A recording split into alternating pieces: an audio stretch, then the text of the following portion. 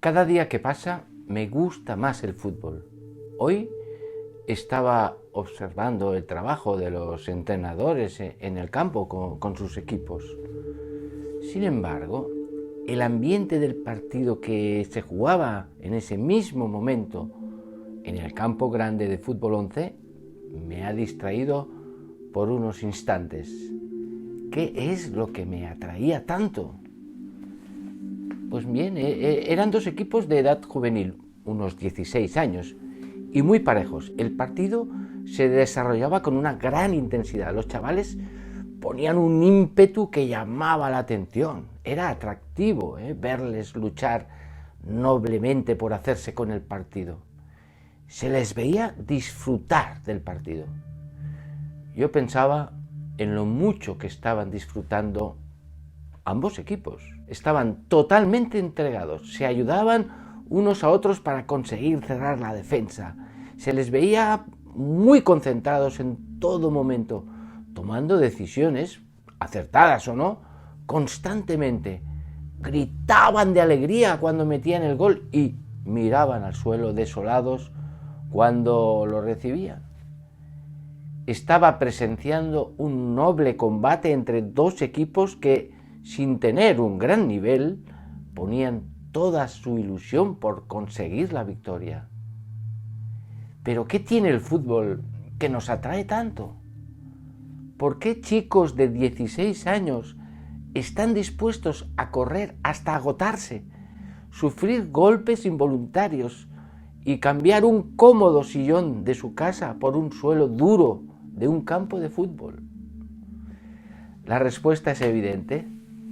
Se les ve felices. Si con el fútbol realmente no disfrutan de verdad, todo esto no tendría ninguna explicación. Abrazos, emociones, disgustos, cansancio, errores, aciertos, goles, injusticias, golpes, caídas, miedos, gritos, aplausos, discusiones, protestas, lesiones.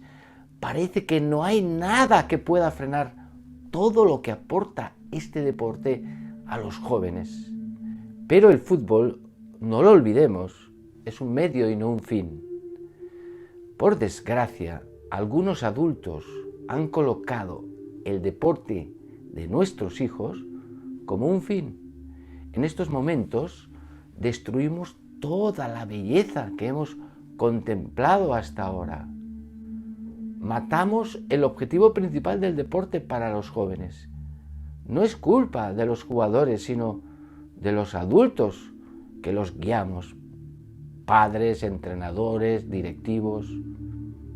El fútbol tiene como dos bandos completamente opuestos. Los que ven el fútbol como un fin, aunque muchas veces no lo reconocen, y los que lo utilizan como un medio muy atractivo y útil para formar a sus jugadores como personas. ¿Qué podemos hacer ante el mal enfoque actual del fútbol formativo? Son muchas las personas que viven el fútbol como si fuera un fin. Viven para el fútbol. ¿Cómo debemos actuar los que pensamos y actuamos de forma diferente? ¿Qué observaciones prácticas y oportunos consejos puedo ofrecer en este intento de fijar una posición coherente frente a esta tendencia? He aprendido una importante lección. La actitud que debemos mostrar no debe ser la de enfrentamiento, la discusión, la lucha por tener la razón. Sería perder el tiempo porque no quieren escuchar, no desean hacerlo, no les interesa lo que les digamos porque ya han decidido por qué lado decantarse desde hace mucho tiempo. Sin embargo, sí queda una opción eficaz que animo a que se aplique en todo momento. Vamos a mostrarnos tal como somos. Vamos a ofrecer un buen ejemplo de lo que pensamos y eso es lo que hará que muchas personas cambien de parecer, sin forzar su opinión. Allí donde se conoce y se aplica el enfoque del fútbol formativo como medio y nunca como fin, se respeta o por lo menos se tolera.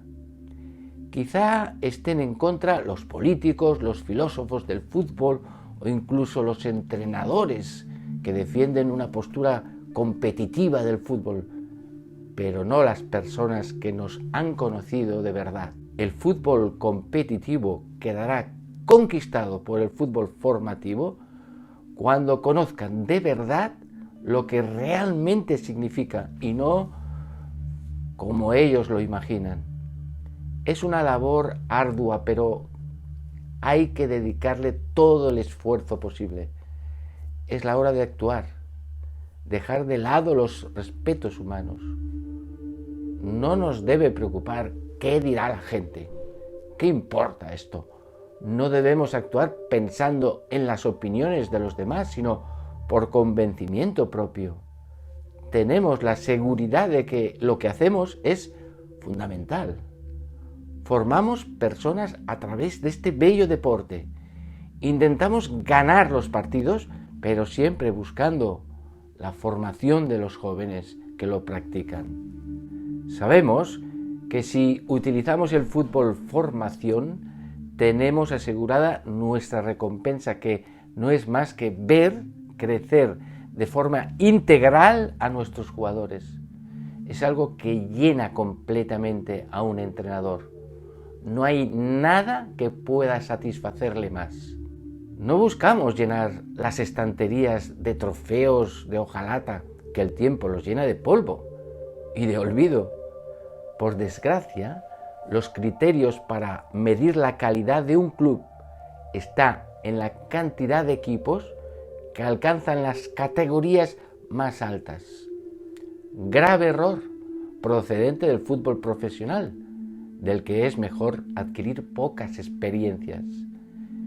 Queremos llenar las estanterías del club de personas bien formadas, después de haber participado de una experiencia tan atractiva como es jugar al fútbol. El criterio para medir la calidad de un club está en el prestigio y buen hacer de sus entrenadores, formadores, que utilizan el fútbol como medio y nunca como fin en sí mismo. Los trofeos que nos interesan son aquellas huellas imborrables que permanecen para siempre en sus jugadores tras haber caminado juntos un buen trecho del camino. No debemos preocuparnos de lo que piensan los que ponen el fútbol como un fin. Lo que nos interesa es saber qué es lo que piensan los que viven junto a ti, después de conocer tu forma de enfocar el fútbol. El gran instrumento para difundir el fútbol formativo es el conocimiento personal que tienen los que conviven contigo. Por lo tanto, lo que propongo en voz alta y sin miedo a las opiniones contrarias es que cada uno de nosotros, los que pensamos que el fútbol es un medio y no un fin, lo demostremos con nuestro ejemplo, día a día, en cada entrenamiento y en cada partido. Esta será la clave que nos permitirá dar a conocer lo que realmente significa el deporte formativo. El conocimiento recíproco constituye la verdadera opinión pública, una opinión que hay que distinguir de la opinión popular, que es la que se genera a través de los medios de comunicación, de los grandes periódicos, de los debates políticos, etc. La opinión popular está muy distanciada de la realidad local y concreta. La opinión local no es de ideas, sino de cosas, no de palabras, sino de hechos, no de nombres, sino de personas. Es el momento de hablar. Hay un tiempo para callar y un tiempo para hablar. Y el tiempo para hablar ya ha llegado. Un momento en el que la labor de los entrenadores formadores juega un papel principal. Ya no vale esconderse detrás de un velo, no. Hay que salir a la palestra y mostrar sin complejos la verdad y la importancia de lo que defendemos. Pero hemos de hacerlo evitando la arrogancia, la precipitación en el hablar, la agresividad. Es necesario que los entrenadores, formadores, tengan una muy buena preparación, ya que su labor exige siempre algo más que simplemente entrenar. Normalmente ya poseen esta formación, o si son jóvenes, la están adquiriendo poco a poco. Pero quiero insistir en esto porque es fundamental para poder arrojar luz entre una verdad y la otra. La situación del fútbol formativo mejorará con esta actitud positiva. Hay que mostrar ante la provocación honestidad, generosidad, transigencia con las personas. Practicar estas excelentes disposiciones de ánimo no solo están en mayor armonía con nuestra forma de enfocar el fútbol, sino que a la larga es el modo más seguro para persuadir y tener éxito. Es posible que la situación del fútbol formativo no progrese frente a las posturas competitivas de una mayoría. Incluso puede volverse más feroz y arrogante, pero no hay que perder la esperanza nunca y tener siempre muy claro que la postura formativa es siempre muy agradecida. Dediquemos un breve momento a pensar en esas personas que han dado su vida completa por la formación de sus jugadores, defendiéndoles de los ataques del mundo competitivo. Todos conocemos a algún entrenador que nos ha dado ejemplo y que nos ha llevado por esos caminos, por su forma de pensar y de hacer las cosas. De alguna forma, convenció con su ejemplo.